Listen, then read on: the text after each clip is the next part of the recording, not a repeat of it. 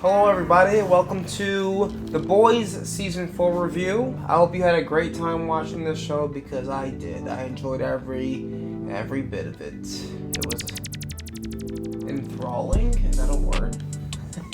Hopefully you've seen the first 3 seasons if you're watching a review on Season 4. The team is still on a mission to take down the big bad Homelander. MM, also known as Mother's Milk or Marvin's Milk, is leading the effort since Butcher is down bad with leftover Compound V. But he's still trying his best to not take off of work. He's a very productive worker. He's still trying to come into the office and help the boys out. But he's doing this for Ryan. Ryan, his little boy, he can't let him end up in Homelander's hand. So while the boys come up with a plan to take out the villains, Vought and the Seven, they're also looking for ways to rebuild from their losses in Season 3. They bring back the old characters that everybody loves, like the Deep, and even Black Noir somehow.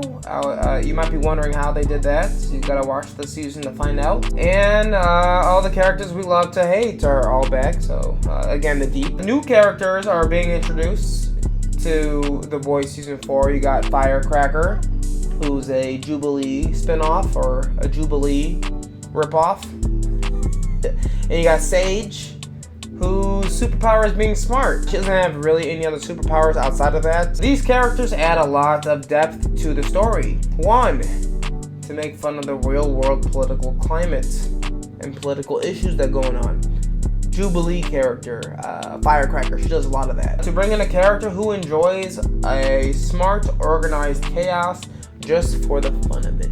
So that's The Boys Season 4 in a nutshell.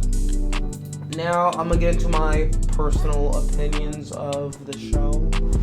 What did I like? What did I hate? Was it too much political satire for my liking? No. You know, with Homelander, I'm just gonna talk about Homelander's character and a few of the characters that are, take lead roles in Season 4. 1, Homelander. You get a little bit more of his backstory. They try to make you sympathize with him a little bit more. He was born in a lab and raised in a lab. A lot of experiments, as the Vought does. You get some backstory with MM, Mother's Milk. And what goes on with his character? You know, he's trying to rekindle things with his wife and his daughter. And then some stuff happens to that one guy from last season that his wife was dating, who's a big Homelander fan. Huey, they finally introduce Huey's mom, and you also find out something's going on with Huey's dad. You know, so there's that whole side story for Huey's character. Starlight and the Starlighters are being like just annoying. Well, I guess they're fighting back against Homelander's cause, so it's not too annoying, I guess. Oh well. But no, they're doing their thing, and Starcracker, Starlight, and the Starlighters are really head to head with Firecracker and her audience. It's a whole left versus right type of feel to it. They got the Starlighters, they're really just button heads. Then you have a whole story with Frenchie going on, and his love interest. I'm not gonna get too much into his backstory.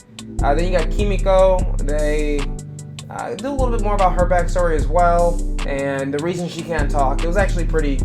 And Kimiko as a character in general, it's just like, oh, she's been through so much, and oh, she's such a great character. She doesn't talk. And she's funny, and she doesn't talk. And she's still funny, and she doesn't talk. What other characters are there? That's the main. Starlight. That's the main. The boys cast.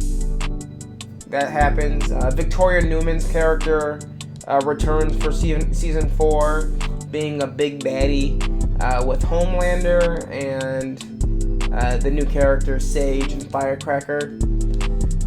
They're devising a whole plot for Soups to really take over the world. So that's the main the main thing with season 4. You get some resolution with the Deep and his weird relationship with the octopus, so that happens. They really add some comic relief with the Deep and the octopus, so enjoy those scenes while you can. They bring back Black Noir, but he's not Black Noir anymore. He's a different Black Noir. He's got different superpowers as well. So that was actually pretty funny that they brought him back. And then A-Train.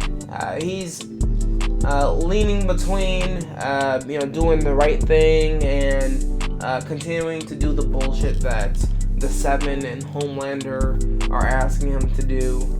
So that's all going on in season 4. And then lastly, Butcher. He is very down bad with Compound V and that illness he was going through. Throughout the entire season, you see this little like squiggly line or this little worm going through his face. You're not too sure what's going on, but they pay off that whole thing in the last episode, if you're wondering, and if you don't mind me telling you that. Butcher's character is going through a lot, especially since he's still been trying to save Ryan, a kid that's not his own, and but it's the kid of his deceased wife, and it's very sad story. Very sad story between Ryan. So season 4 of The Boys, super action packed. I highly recommend, especially if you've